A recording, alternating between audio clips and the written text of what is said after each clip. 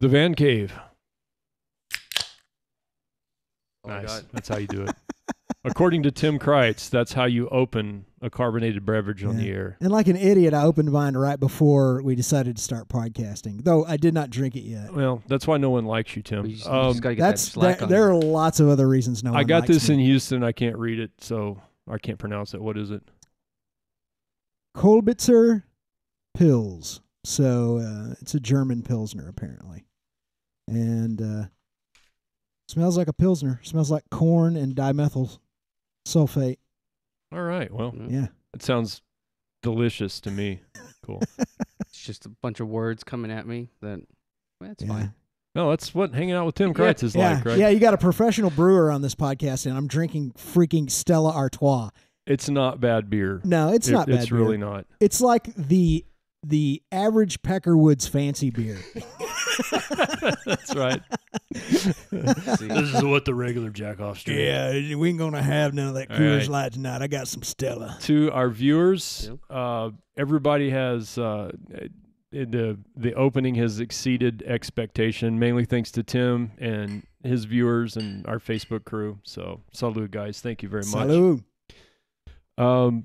Tonight's topic is bad movies, which our little group of friends has made into an art form. I think we have. The way this started many years ago, this was in the mail-in Netflix days, and when you could really get screwed when you got a bad movie, you're stuck with it. Right. You're married to it. You can't just pause it and shift over to the other ass cheek on the couch and watch something else. You were married to it, and we were just tired of all crappy movies all the time. So we said, you know what? Let's just find the shittiest movie we can find. And so I was working out with Mike in the fencing club. That is, fencing is with the swords and everything, and that's another episode. But turns out Mike's a movie aficionado, film in general, and he said, "Oh, you think that's a shitty movie? You got to watch this." And so let me educate you on this. Yeah. I learned I was in the presence of a master. And so what it turned into was a time for all of us to get friends and wives together and food. In fact, we did one New Year's Eve. Yep. And we just take turns introducing horrible movies. And so what I've done today is I had my wife do it because she kind of remembers who was present at which movie club. And by the way, my wife named the club. It's the Cinematic Atrocity Aficionados Club. That's right. Yeah. She made a Facebook page, and it's secret though. You can't find it. Yeah, it's for us only. It's only for the cool kids. It's for the cool kids, and it's tougher that there are more people on my Masonic page than there are on that page, and it's people that show up and watch our horrible movies with us. What I've done is I've made a list. My wife made a list of the top 5 movies that I think we've all seen, because we're kind of in and out on who's seen what. I couldn't remember how many you'd been there for and which ones you'd been there for, because not everybody's at every meeting of the Cinematic Atrocities Aficionados Club.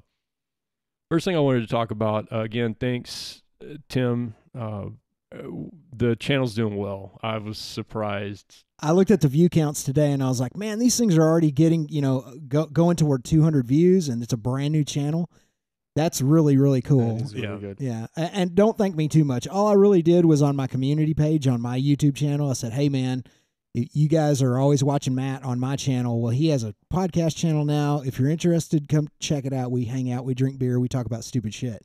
And people are apparently loving it. I guess so. I'm just hoping, fingers crossed, that within a year it's like twice as big as my channel. I hope so. You'll have like 25,000 subscribers, and this has been fun. Like I said, I can't do a whole lot of cool stuff with the medical situation, so it's really nice to have this to do. It's been tougher getting people in than I thought, but my phone's been ringing. People are calling and texting, going, hey, man, I'd love to talk about this or talk about that. So we got stuff coming up.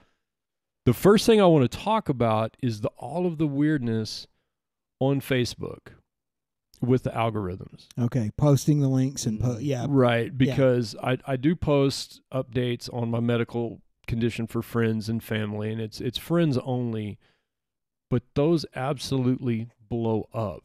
Now, Right. if I post, check out this video my buddies and I did, it's 2 likes and people are not seeing it. Even when you put it to a page, which this is on, you can see the Van Cave on YouTube and anybody can join, it doesn't get the views. No, it doesn't. So it's not like people are seeing it and not interacting.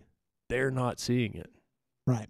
So I did a post just to test, if you will, the algorithm, or to mess with the algorithm, and it worked. And it basically was a pretty innocuous post about how tired I am of winter, and I'm ready for it to be springtime so I can ride motorcycles or whatever. But I used some keywords that would be used in a post about someone dying, a family member or a friend. So the language I used, I guess I could get my phone out and look at it, but there's not really a reason. Well, to do it that. had dead, buried, interned. Yeah, internment service. I'm ready to lay winter 2019 into its tomb. I saw that. Okay. Yeah. So, I'm ready to lay it into its tomb, have a small graveside service, and then move on towards such and such.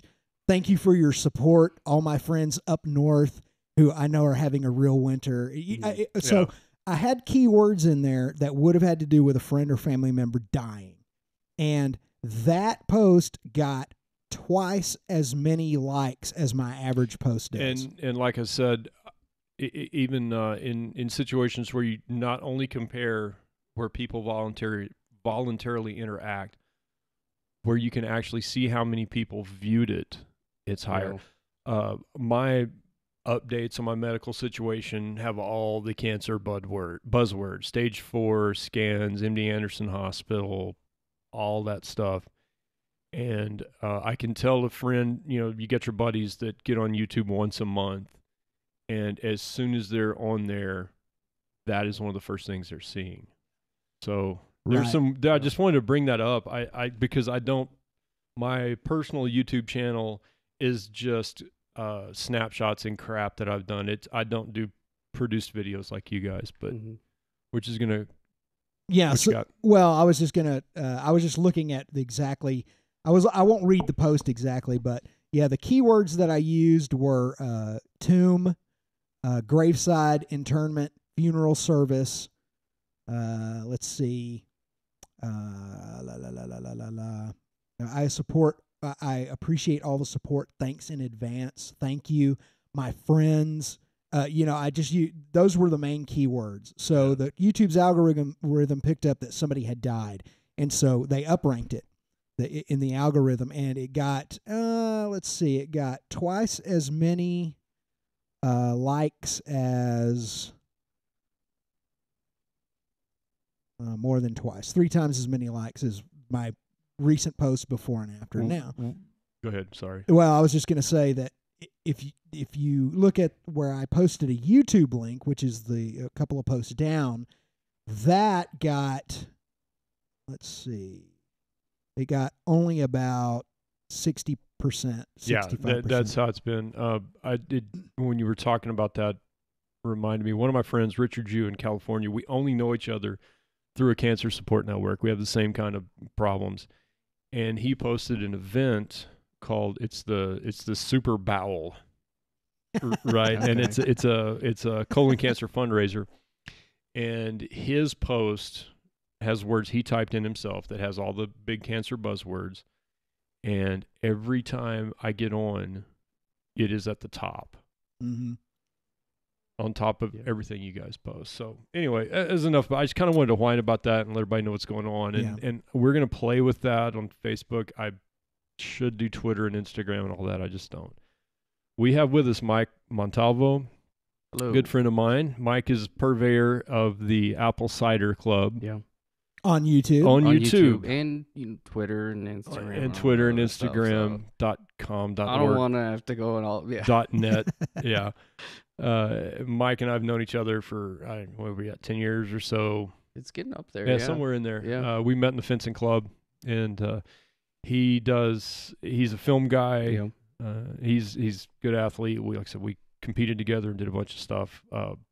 But he has brought so much to our little shitty movie club. Oh yeah, it is what it is, Right, yeah. because of Mike. And I'm going to try not to run us long, guys. I want to keep this quick because I know y'all got places to go, and it's tough to drag people in here. But again, my wife and I compiled, mostly my wife, of 5 movies.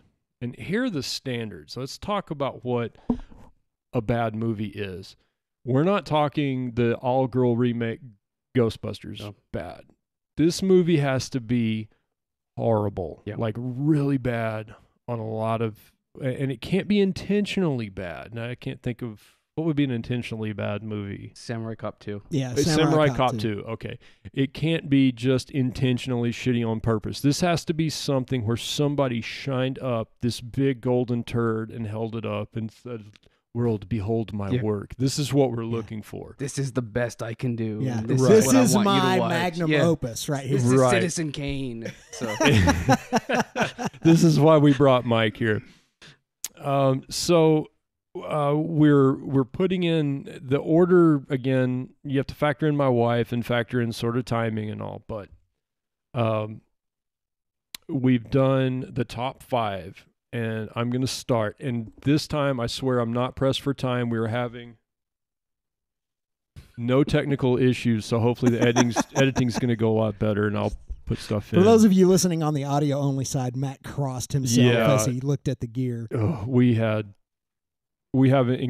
good gear. I'm proud of that. Yes. Being a bunch of midlife crisis musicians, we have good stuff in here, and getting it all to talk to each other has been crazy. By the way, the headset amp, if you guys notice, it sounds fantastic. Yes. I cleaned it. Yeah. It turns out that 15 years of sitting in a recording studio floor, that was why it wasn't running stereo, not because it's a mono mount. Yeah, it was just dirty. So here we are, and I'll put the promo up. Number 5, Hangar 18. All right. That was a contribution by Tim Kreitz. And Hangar 18 is going to come up again because I want you two guys in here. We're going to talk about film shot in the Permian Basin area. Okay. Yeah.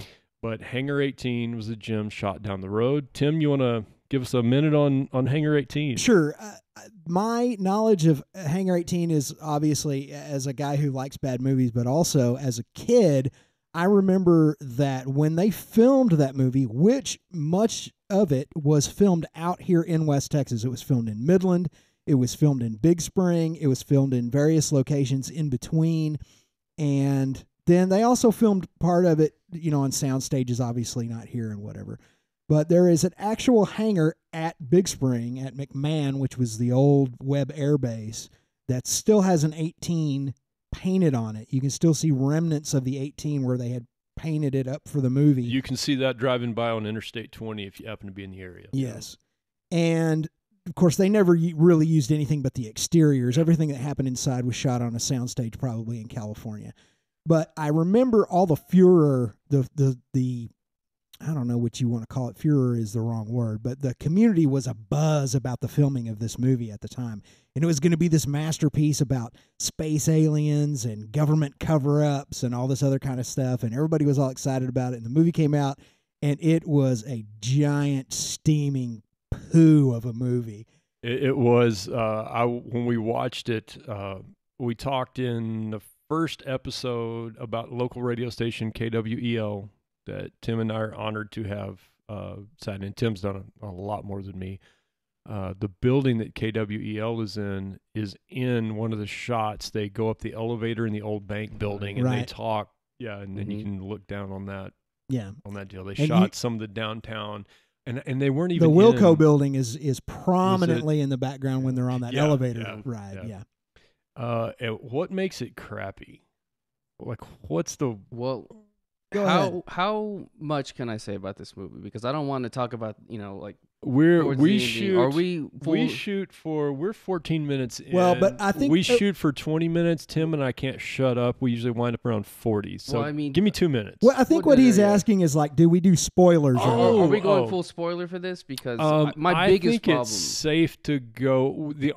New rule. We're only going to go spoilers on no spoilers on the room. Okay. Everything else you can just pour it out. But the room we're not going to do spoilers on. Spoiler alert. Spoiler alert.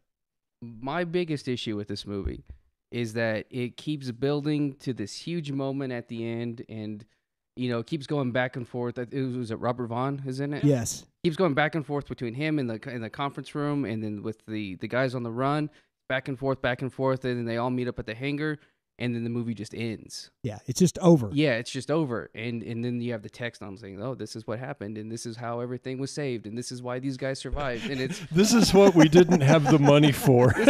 you saw all this stuff, but yeah, we don't want.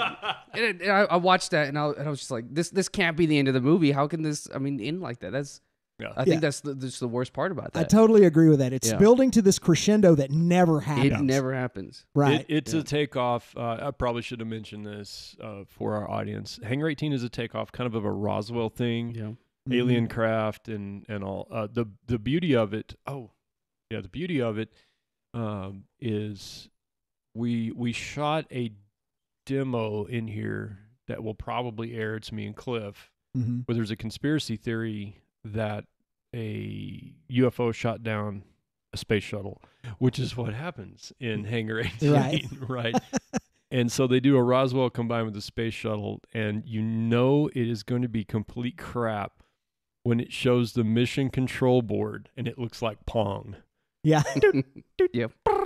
And all of the data is coming across on a monochrome screen. Yes, it is terrible. Trivia, local trivia.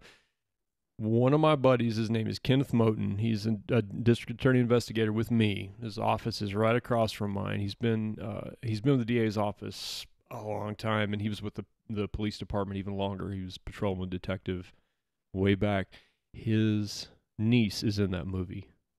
She's one of the controllers. Okay. Yeah.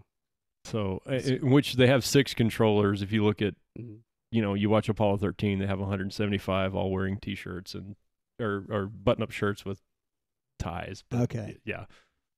Well, that's There's cool. that. Yeah, I do remember at the time, my mom worked downtown when they were filming all of the downtown scenes in Midland, and I think that they were looking for certain extras at that time, people to just like be in the background, just your average work that an extra would do.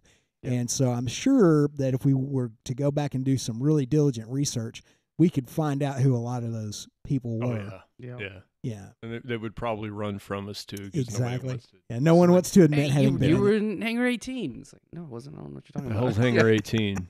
All right. What? What's the time? Yeah. So, did we eat that movie up already? I think I got nothing else to say about it. I think we did. The things that I think maybe we should end on. Yeah, it's a horrible movie. But there are some things about it that I like. Simply that it catches Midland in the late 70s. Yeah. It catches Big Spring in the late 70s. Yeah. The whole thing at the end where they go off of that bridge and they crash down into the Union Pacific rail yards. Oh, yeah. Well, that bridge is still there. That rail yard is still there. And you could tell, I mean, they had to go to some amount of effort to pull that stunt off. It was a stupid stunt, but it's nice to be able, just as a West Texan, to be able to look at that footage and go, oh, man, here's what's changed. Here's what has not changed. So I think it has, if you're a local historian of any kind, it has some value there, but it's just a skunk of a movie. I will say this movie caught my attention in that I was just trying to figure out what was going on throughout the majority of the movie. I'll tell you another thing that makes me mad about the movie. Why does the spaceship not look like a spaceship? Why does it look like a Ampeg bass amplifier? Dude, right Yes! here. I was about to say that.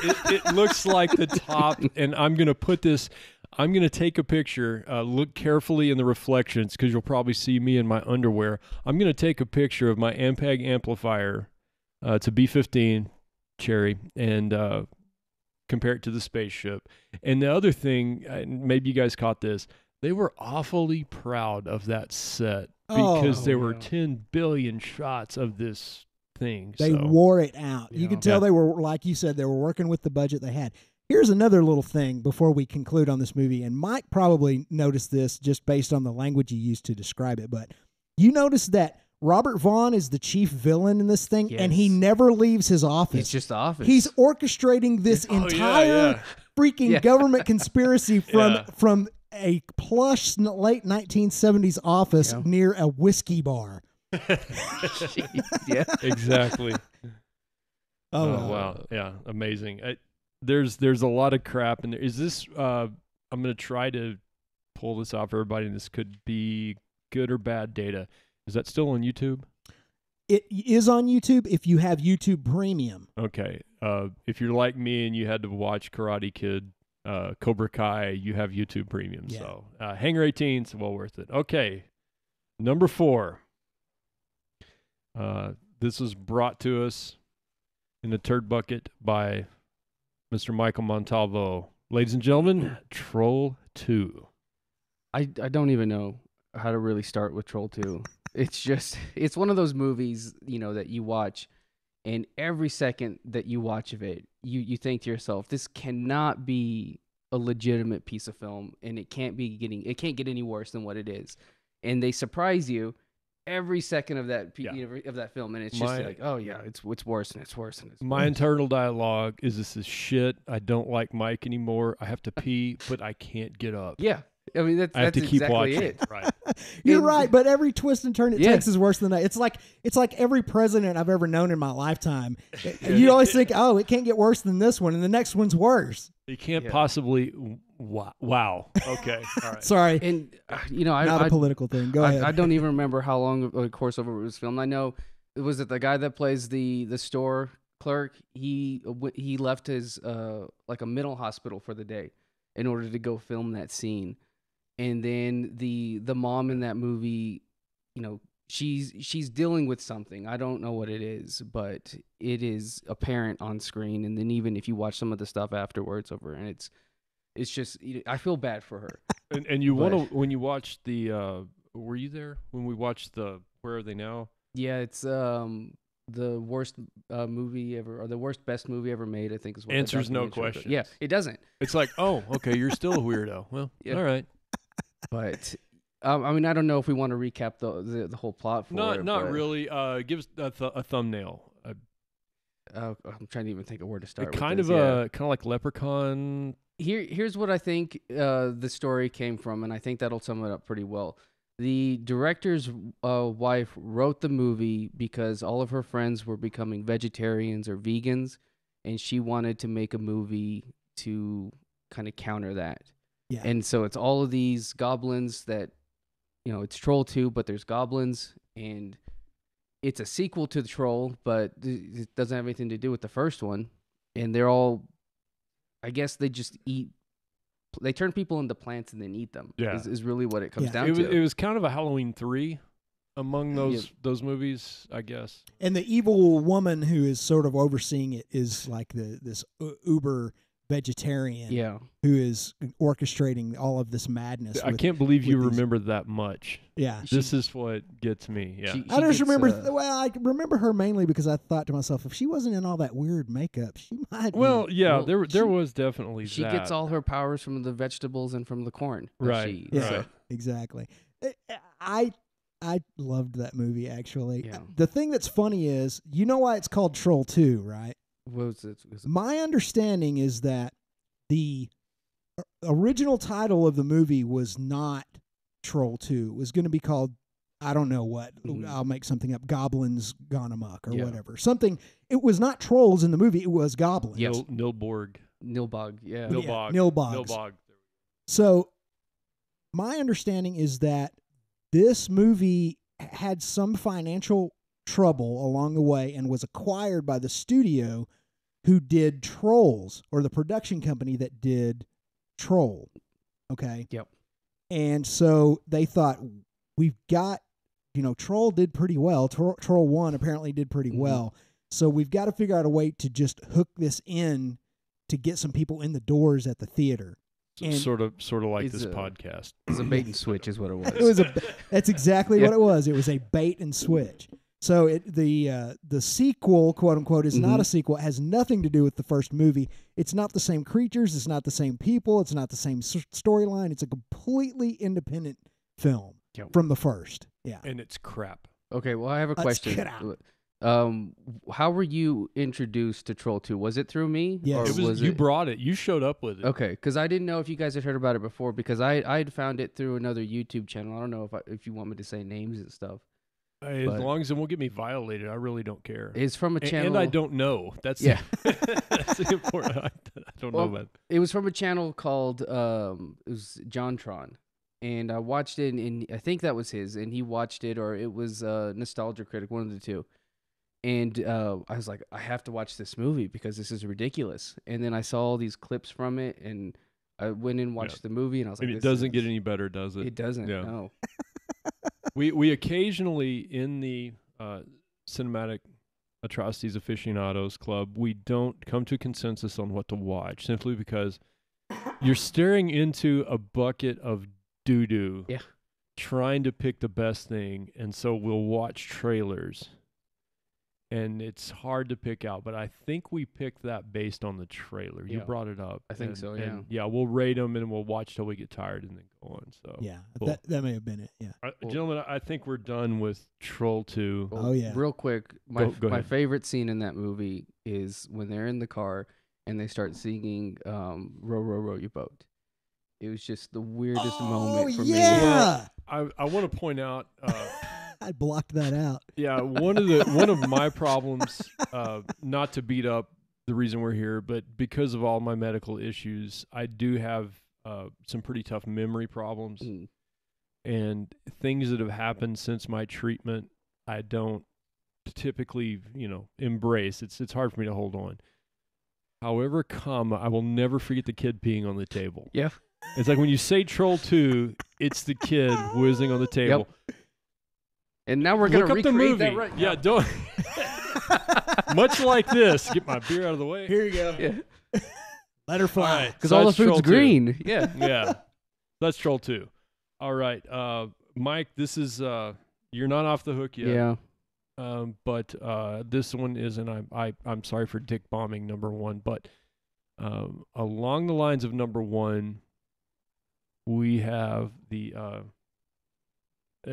great, just giant fart of a movie, Birdemic. Birdemic 1 is great, and it absolutely fits, this group and everything. But Birdemic 2, he figured out what was going on with 1, and he completely destroyed Birdemic 2, I thought. I thought of a way to describe what you see in Birdemic. I'm not a sound engineer. Tim is. I'm not a filmmaker. Yep. Mike is. But I pick up on nuances, and I actually obsessed over finding the 3 microphones in my studio that sounded the most alike. But however, in Birdemic, in the opening couple of scenes, they have a microphone that I swear picks up the air conditioning. Yeah. Yeah. And you'll hear, first of all, really good sound from a shotgun mic.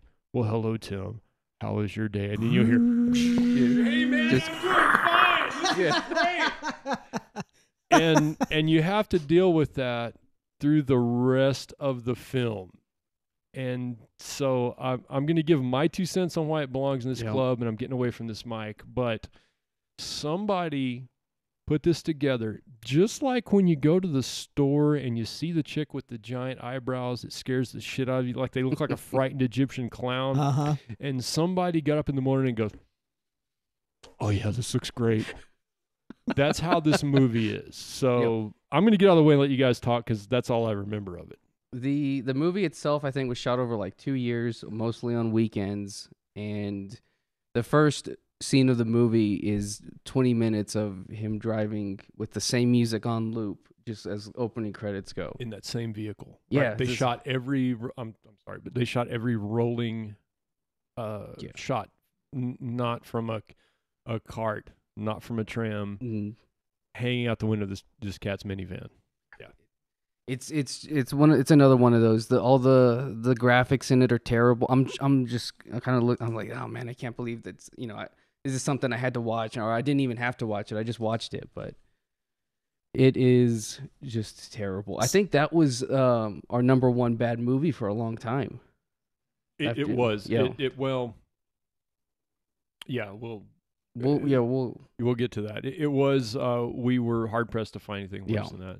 So you said that you thought he picked up on what was happening with the first movie and it affected how he made the second movie. Yeah. So did he pick up on the first movie that after the first movie that what kind of movie it was being viewed as and what kind of audience it had attracted and what kind of, I guess, attention it was getting, and so he sculpted the second movie to maybe cater. Yeah, it was the same thing that like happened with Samurai Cop 2, and it's the same thing that's been happening with Tommy Wiseau, and the guy, I think his name's James Nguyen, and he had made a couple of movies before, and they were just kind of that same thing. And then once Birdemic came around, he went and took it to a festival, and I don't know if you guys know this story. He got a van and put like fake birds all over the van and put blood all over the car. Oh, yeah. And with the sign that was like Birdemic, and everyone was like, what is this? In order to get attention, and they finally found a distributor and released it, and that's why we see it. And so he had all of this, and he saw kind of the laughing stock, I guess, was what this movie really became. And so he went in and made that second movie kind of based off of, oh, this is a bad movie, so I'm going to make a bad movie. Yeah. Right. I'm going to intentionally amp things up on the... I'm just listening to the conversation here as a professional observer of life. Have you seen this one? I don't think I've seen Birdemic 2. Yeah. Okay, well, we got that wrong. All right, well, you're gonna that's on the list for the next one. Okay. Yeah. It's like Sharknado 2. The first Sharknado, it's not a good movie, but I think it's legitimately entertaining. Mm-hmm. But once you get past that and they kind of figured out, oh, this is Sharknado, then it gets to be where it's just like, that's too much. You can't. But do just that. the horrible production, but it has the, I guess, arrogance of our first choice. That's what makes a lot of it. Is somebody makes this and thinks it's really great, and it has some dazzling digital effects. Oh, the digital effects are top that are notch. repeated constantly. It's like the spaceship, calling back to Hangar 18. Oh yeah, it's over and over and over the same thing. Same pitch, bird squawks, same tone, and it's all airplane sounds for the birds, and then they explode for some reason. Right. And it's one of those movies where they're so cheap with the special effects that they aren't even firing blanks. They're holding somewhat realistic guns and animating a flash on the end without using the Cinepack effects. That's when they use guns, because that's when they're swinging at them with hangers. Yeah, they do. Oh, that's right. Hangers. So it's terrible. I think it sits very well at number 3. I think I'm ready to go on. Yeah. This was my pick. I was very proud of this. I felt like I brought something to the table that no one had. John Carpenter's Dark Star, number 2. I'm going to be honest, I don't remember Dark Star. Okay, well, I have Dark Star on my phone. By the way, Mike, if you'll move the camera, Tim's going to show his Dark Star tattoo that he got. Let me just... So, my introduction into the cinematic atrocity aficionados was Dark Star. You said me and my wife are going to watch Dark Star tonight, man. If you haven't seen it, you need to check it out. And this was in the infancy. I think this is before Mike Montalvo was ready to get in front of the group and unzip his fly and really show what he had to contaminate the planet with. Well, just give me a minute. I mean, but I'm just saying, I think this was the grand turd for quite a while. Sorry, Tim. Go ahead. Yeah, no, that was pretty much it. But there are just certain things about that movie where I fully realized that they were serious. Like, no one who ever watched the movie was serious about its concepts and its storyline. But you could tell that the guys who were making the movie were extremely serious about it. And it did have some good basic framework. The basic framework of the plot and the story was actually, it had a lot of potential, but it was executed so badly and the effects are so bad. Like where the guy, he's coming out of the airlock in that space suit, and you can clearly tell that the arms are like from an air conditioning system. It's they are. This room, the Vann cave, is fitted with a filtration system for smoking cigars, so it doesn't, funk out the whole house. I had just finished installing that system myself when I saw that the guys with 8-inch 8-inch aluminum flex tubing. Flex vent. Yeah. And the breastplate is basically one is made of baking pans. Yeah, baking pans. And the other, if you Google, and again, the movie's Dark Star, and if you image it, Google it and then click images.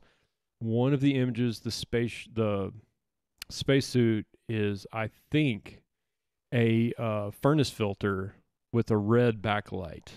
That's what it looks like to me. It looks like the anti-collapse grating, and it's red lit. It goes on and on. The spaceship is a kit bash, and I am told I'm going to pitch some of this to. It wasn't meant to watch in the kind of resolution we're capable of today. Right. But I'm told you can see the imprint of the model company. It'll say like Monogram USA or whatever. But they kit bashed, meaning they bought several model kits off the shelf and just sort of poked them together. Right. And they made the ship. And they used the same shot like a million times of this missile. Real quick, the premise is a spaceship with a human crew. They leave Earth and they are destroying all of the objects that are threatening Earth, like meteors, comets, asteroids that are going to impact Earth. And they're going further and further away, hence protecting Earth for many, many years. While they're out there, Earth goes through nuclear Armageddon. And I'll just leave the rest of you. Not a bad premise. Like, not a bad premise. No, not at all. Okay, there's less on Signs, which is an amazing movie. But I'm not even... I don't want to spoil the alien. Yeah. They have a pet alien on board. I'm not even... And don't even... You know what? If you're into bad movies, don't Google anything. Call your friends over, pour some drinks, and watch these movies. Yeah. Don't give up the alien. No. Absolutely. Don't. So, okay, I won't do that. But and again, this is John Carpenter. This is something I'm gonna have to go back and revisit because I may have blocked this out entirely. This happens. Yeah. I don't know how much of this is toxic effect of the treatment I've been on, and how much is my brain is just, dude, stop, don't do this anymore. I'm looking to see if Dark Star is available on YouTube, just as an open. If you don't want to watch it, oh man, I forgot. Go on the first page. There's a blogger, whoever you are awesome. And I read your post. I meant to link it, and I'm really sorry. I'll put it in the comments later. But he did a really great job of kind of summarizing it, but there are a lot of spoilers in it. So how are we doing there, Tim? Okay. So I'm just looking. Yeah, I'm just looking to see if it's available on YouTube.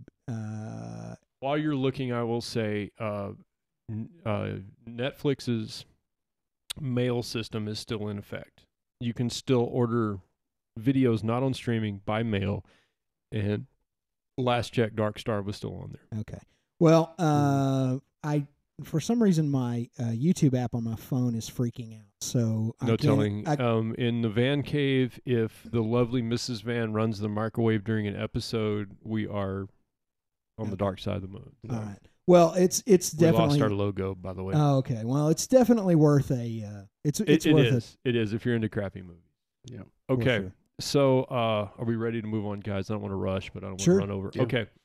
So we go through all of this. This is before Tim came in. Now, Tim and I were doing a musician thing and the motorcycle thing, and we're pretty simpatico with movies. And Mike just drops the glove on the club. Mike made us question whether or not we were doing the right thing by having this little organization. It's kind of like we were all just joking, and Mike shows up with his DVD copy of Dramatic Pause, The Room. Yeah. Slow clap. Just yeah. I changed mics and need to change my compression settings, guys. Sorry. Anyway, The Room. The Room, I'm going to give a quick description, is made by a delusional man with a lot of money. Yeah. And it is so bad. There's nothing. Okay, Dark Star, we could say, you know what? A couple of guys with a lot of money could really do some shit with Dark Star. Right. Okay, that was a broke John Carpenter. Right. Right. You could do some of that today. People with money make a new Dark Star. It would be really good. The Room, there's absolutely nothing to be salvaged. There's not even a storyline. It is so horrendously bad and made by such a delusional man. I'm going to pull the Jay Leno. You guys ready? Just Jay Leno. There's a book written about how terrible it is that Mike gave me, I think, for my birthday. Yeah, it was Christmas. Christmas? Yeah. And we actually, you couldn't be there, but we went to see the movie The Disaster Artist. Yeah. And so I thought about this probably more than I should. Should we tell people, see Disaster Artist and in The Room, or The Room and then The Disaster Artist? You can't quantify that. Or you can't. It's hard to say. I think that you should probably see The Room first. Yeah, that's kind of. You think so? And even and here's the thing that we should probably point out is that a lot of the people who are going to watch or listen to this podcast have not seen The Room, but I guarantee you they've seen some of the memes that came out. That movie became its own meme factory on the internet, and you have seen. Oh, hey, hi, Mark. I've seen. Oh, hi, Mark. Yeah. Oh, hi, Mark. If you wonder where the hell the "Oh, hi, Mark" came from, it's The Room. Right. I did not You're do tearing it. me I did apart. not. Yeah, I did not. You're tearing me apart. You're tearing me apart, Lisa. Dude, Yeah. It's just one meme after another, and that in and of itself is telling, just culturally telling, because there aren't any memes about Dark Star. There may be a loose meme or weird funny gif about Troll 2 or something like that, but The Room became a force of nature as a bad movie. It's widely regarded to be even worse than Plan 9 from Outer Space. I think it dethroned Plan 9 from Outer Space popularly as the worst movie ever made. Well, I know I've seen it called the Citizen Kane of bad movies, but having said that, it may have been Tommy Wiseau who said that. Yeah, that's a great way to put it, man. I'm going to try to thumbnail this for everyone. So Tommy Wiseau is a mysterious person. Yeah. He doesn't talk about how old he is or where he's from. In reality, he's a 60-ish Polish guy who made a lot of money. Allegedly, yeah. He made a lot of money, evidently, in clothing. Mm-hmm. For some reason, he wears 10 belts at a time. I was going to tell you, I was going to bring out all the belts I own, and have you guys put it on, but it's not going to be in the shot. But he made this movie. He paid over $2 million for I think it may have been more than that. Yeah, for a billboard that hung over L.A. for a couple of years. For 5 years, yeah, for 5 years. And he made this. He wrote the movie. And the production, and they do a brilliant job. They agree on it. First of all, I thought of this while I was watching the movie.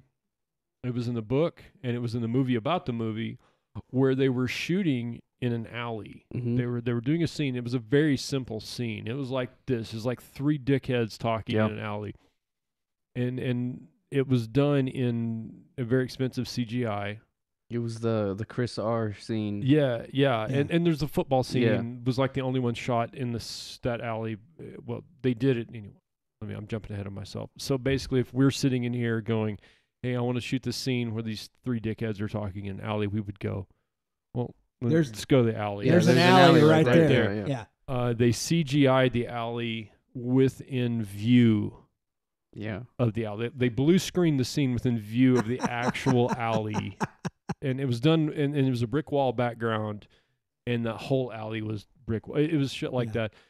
True story. They shot it in 35 and digital HD digital at the same time. So they were rolling two main cameras on every shot. Cameras were side by side. Yeah. So I guess they were rolling like maybe an Arri Alexa or a Red shooting digital, and then I don't even think it was Red, but yeah. Yeah. Okay. That is unbelievable that they shot. Why would you shoot it in digital and on film at the same time? It's just what he wanted to do. It was just he said, "Wow, it's a real Hollywood production. We got to do real Hollywood movie."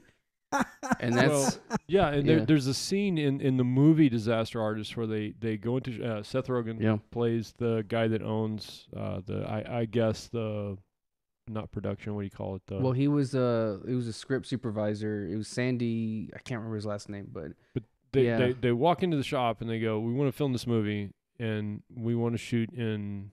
And the guy says, "Great. Do you want to shoot it in HD digital or 35?" And he goes, "Both." Yeah. And we want to buy all the gear to do it. Yeah, they just flat out bought everything. He Oh says, my God. "You don't understand. We rent Yeah, this equipment for because the production. it's expensive. It's it goes expensive. obsolete so fast. Yeah. It's expensive, and you're not only renting a camera, but you're renting a guy that runs the camera. You're renting the guy that holds the mic." Mm-hmm. The grip that tapes everything to the floor, the guy that lays out the tracks, all that stuff. And he goes, no, we're buying all that shit. And so he bought. How much money the Here's a dude check. had? Yeah. Yeah. I would love to know the real story behind all that. Yeah. Yeah, I mean, It's I've had insane. to rent film cameras before for Mhm. productions for television commercial filming, and even back 10 years ago to rent an RE 16 millimeter film camera was incredibly expensive. And back during the time, those cameras were $500,000. You know? Yeah. So I got to tell this story, and it's so we watched the movie with Mike, and I don't know how to explain this experience of watch. You know what? You guys are right. Watch The Room first. Yeah. Don't watch Disaster Artist or read the book. Just get The Room and watch it. Of all the crazy shit Tommy Wiseau has done, you have to buy the movie from Tommy Wiseau to watch it, as far as I know. I think so. Yeah, we've done it 3 times, and you have to bring your copy. Yeah. It's worth it, guys. Go buy it, watch it.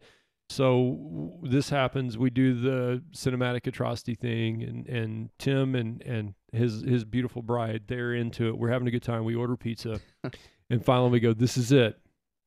This is like where we're going to introduce that we're all actually swingers, or we're part of the Illuminati, or whatever it is. This is where we're going to drop it on Tim and Sharon. And we said, this is the night we're watching The Room. Yeah. And so not Mike and my wife and I and another friend that have seen it, we're not watching the movie. We sit up like this, like, You don't watch the movie, yeah. Yeah. you want to watch your friend Yeah. watch this horrible movie. Yeah, Nicole stared at me through the whole movie because she just wanted to see how I was reacting to every scene. Yeah, Tim is the best guy you can bring to a shitty movie. I think So there's what, like 2 sex scenes in the first 15 minutes of the movie? Okay, but here's something like the that. deal about But the it's sex scene. one- It's one scene, yeah. Because what I read, and I think there's a mention of it in the Disaster Artist book, is that she was so disgusted by him that she would not film another sex scene with him. So they had to use the footage from both scenes. I mean, they had both scenes are the same scene. I'm saying that wrong, but you get it. Yeah. The video, it's the same video for 2 scenes. Yeah. 2 sex scenes. It is so ridiculously overblown for the movie. And again, the plot is just, I don't even know where to start. Everything is crazy. It's like it's just the gift that keeps on giving. I went to Mike's house, and I'm going to give this away. If you guys watch Apple Cider Club in Mike's little studio, Mike has a framed spoon. Yes. And I saw the spoon, and I was at his house, and I go, dude, what? I know. And Mike is one of those people, he doesn't do something without purpose. Everything is purpose. It's a framed spoon. Plastic spoon. Plastic spoon. And I go, why do you have this spoon? And he reminded me, when you guys watch The Room, look at photographs. Yeah. Because there are photographs. Much like you see in the Vann cave, many photographs, except they leave the stock photos that came in the frame. They went down to Hobby Lobby, bought a bunch of stock photos, and they were just And spoons. set it on the table. Yeah. So so Mike, he did the 3D version. But we're filming digital and analog. We're filming 35 and we're filming digital. But we're going to use the stock photographs inside the frames from Hobby Lobby. Right, and it's so bad. It's like imagine watching this podcast as you have for several minutes now. We need to start kind of turning it around, and somebody goes, "So what did you think, Cliff?" And you'll go, "Who the fuck's Cliff?" Yeah. because characters will just walk on. Characters appear out of nowhere. Like halfway Yeah. through the movie, suddenly there's this new guy in the movie. Yeah, that they're- knows everything. And actually, one of the characters like had a dentist appointment. I don't remember, but they had to go Yeah. off to, I can't remember what the problem was, but they brought in a new actor and they gave him all of the lines that the other guy was going to say instead of just giving the lines to someone who was already there. Right. So and oh, by the way, I'm an enormous Breaking Bad fan. I'm wearing my phenylacetic acid shirt. I Googled this. It is all true. The guy who plays Lisa's love interest in the movie. which was Greg Sestero? Yes? Yeah. Beard? Yep. Yes. It is completely true. Turned down a bit in Malcolm in the Middle. Offered by Bryan Cranston himself. He's like, oh man, no, I'm in this really cool movie with my buddy Tommy Wiseau. Wow. Yeah. Yeah. So Think he'd like a do-over on that one? yeah, no apparently kidding. Wow. apparently everything about that scene, they're in a store, he's with his real life girlfriend. Yes. Yes, yeah. And she's a friend of Cranston through blah blah blah Hollywood people, and Cranston's like, I like the cut of your jib. How about you come to Malcolm in the Middle and play? I used to know what episode it was. It was a specific episode where there was a guy. Yeah, That is That crazy. That is. So The Room is Mike. Congratulations That's the to worst one. Mike yeah. Montalvo. Cheers on the Room. Yeah. Grand opus, shit movie of all time that I cannot get enough of. They made another one. Not The Room, but Tommy Wiseau, Greg Sestero. I think we're done here. Oh, go ahead. It's called Best Friends, and it's 2 parts. So there's at least 2 more movies that we can add to this Wow. list. I've seen the first one. It's not great, but it's not The Room bad. So Well, I think we've sanded over most of our shit movies. And I want to add before I forget, my wife and I got this idea from Mystery Science Theater 3000. Oh, yeah. Mhm. And there's been a lot of weirdness with that. I'll let you Google it, but they lost the franchise and have since gotten it back in the middle, and I guess now are doing, they call it Riff Tracks. Yep. And they do some movies. We saw it with some friends in Dallas. They do live feeds at theaters probably near you. If they do it in Midland, Texas, wherever the hell you people are, they probably do it there. Yeah, But they're brilliant. They did Anaconda. they did. This Yeah, is the one we they did saw. Anaconda. I had never seen Anaconda, and Riff Tracks did Anaconda, and it was magnificent. So if you like shitty movies, fantastic. They've done Miami Connection, Birdemic. Miami Connection was voted by my lovely bride as being selection number 2, and I cut it because you hadn't seen it. Okay. And I it's brought good. in Birdemic thinking we had, but we didn't get to it. So I'm sorry for that. But Miami Connection is there. I think this could be an occasionally recurring episode because this is an ever-growing, ever metastasizing list of just shit that is out there. So Yeah. The all we have to do is watch a movie or two on a cinematic Atrocity Aficionado night, and then we've got a podcast the next day. Yeah. It's amazing what is out there that people think is good. Again, it's the shitty, crazy clown eyebrows of cinema. So, and everybody will hear a movie and will secretly write it down. Yeah. Oh yeah, they're going to be amazed by this. So. I know, whenever we first kind of started this, we were looking for the just the best bad movie that we could find, and now I'm just looking for something that's just worse than The Room. So that's going to be a tall order. The thing is, and the shitty fact of life at all things is, if you're going to make the best of anything, whoever has more money wins, right? I mean, whatever it happens to be, the worst airplane design, the biggest engineering disaster, whoever has the most money is going to just absolutely screw it up the worst. And I think that's what happened with The Room. Yeah. It was a bad premise. And not only did the guy think it was horrible, or did it come out horrible, he thought it was great. And then after it became loved because it is so horrible, he thought it became loved because he's a great filmmaker.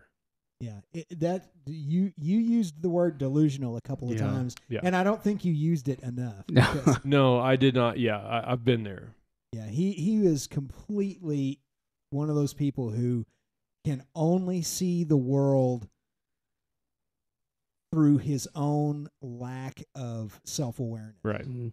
So, but I mean, look where that's gotten him. Though he went on to Tonight Show. He's been to the Oscars. Yeah. He went to I think the Emmys. Yeah, didn't he audition for Joker? Audition for Joker, Batman. I mean, how at least on the radar do you have to be to do that? Yeah.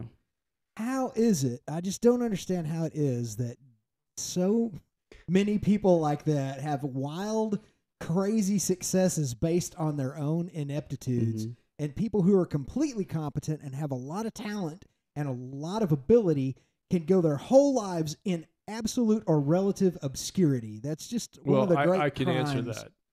I have an answer for that. Okay. And this happened in the Coast Guard. My wife and I went to a restaurant on the side of an ocean somewhere on the Texas Gulf Coast. Mediocre restaurant, decent food, and we're eating, and there's a young guy playing guitar, and I can't remember who the hell he sounds like. You bring one guitar, I just tune you out. I've been a musician for so long. We're a bunch of jaded old musicians. Yeah, and my wife's listening to the guy, and she goes, "Oh, he's good." And I'll listen to him, and he is good. And I can't remember who he was sort of emulating, but he was damn sure good at what he's doing. And Nicole said, "Why is a guy like that not famous?" And I said, "Because he's probably horrible to deal with. Okay, he probably has, he'll piss off every musician in the room with him. He has no idea what things sound like. As a backline musician, when I show up with a bass, people say, 'I want you to do this,' and they have no idea how to articulate it. They don't know what, and you hire me, I've kind of got a vintage sound. They're like, 'No, man, I want a new metal.' I'm like, 'You hired the wrong guy. I don't know how to do that.' These little things combined, when you get a Tommy Wiseau, that dude has enough money that if he said, 'Hey, Matt, I want you to sound like Nickelback,' I'll be like, 'Yeah, one Nickelback coming up, brother. You got it.'" And I would do it, and I would be hugging on him like he is my alternate boyfriend in the video, and I would be pimping him on all my social media and all that shit if he paid me enough. That's the difference. Yeah. The dude in the point. fish restaurant that is living in his car playing James Taylor or whatever, he didn't have that kind of money. So good point. Yeah. That's all I got. Guys, I think that sticks a fork in it. Anybody have anything else we're going to bring? We ran long. We're almost an hour. I don't care. This was a good one. Thanks. And I'm guessing if everything goes right, this will be episode 3. Hopefully. Yep. So right on. Looking forward, gentlemen. Thank you very much. The Vann Cave. Check us out, thevancave.com. Cheers. See you guys next time. Thank you.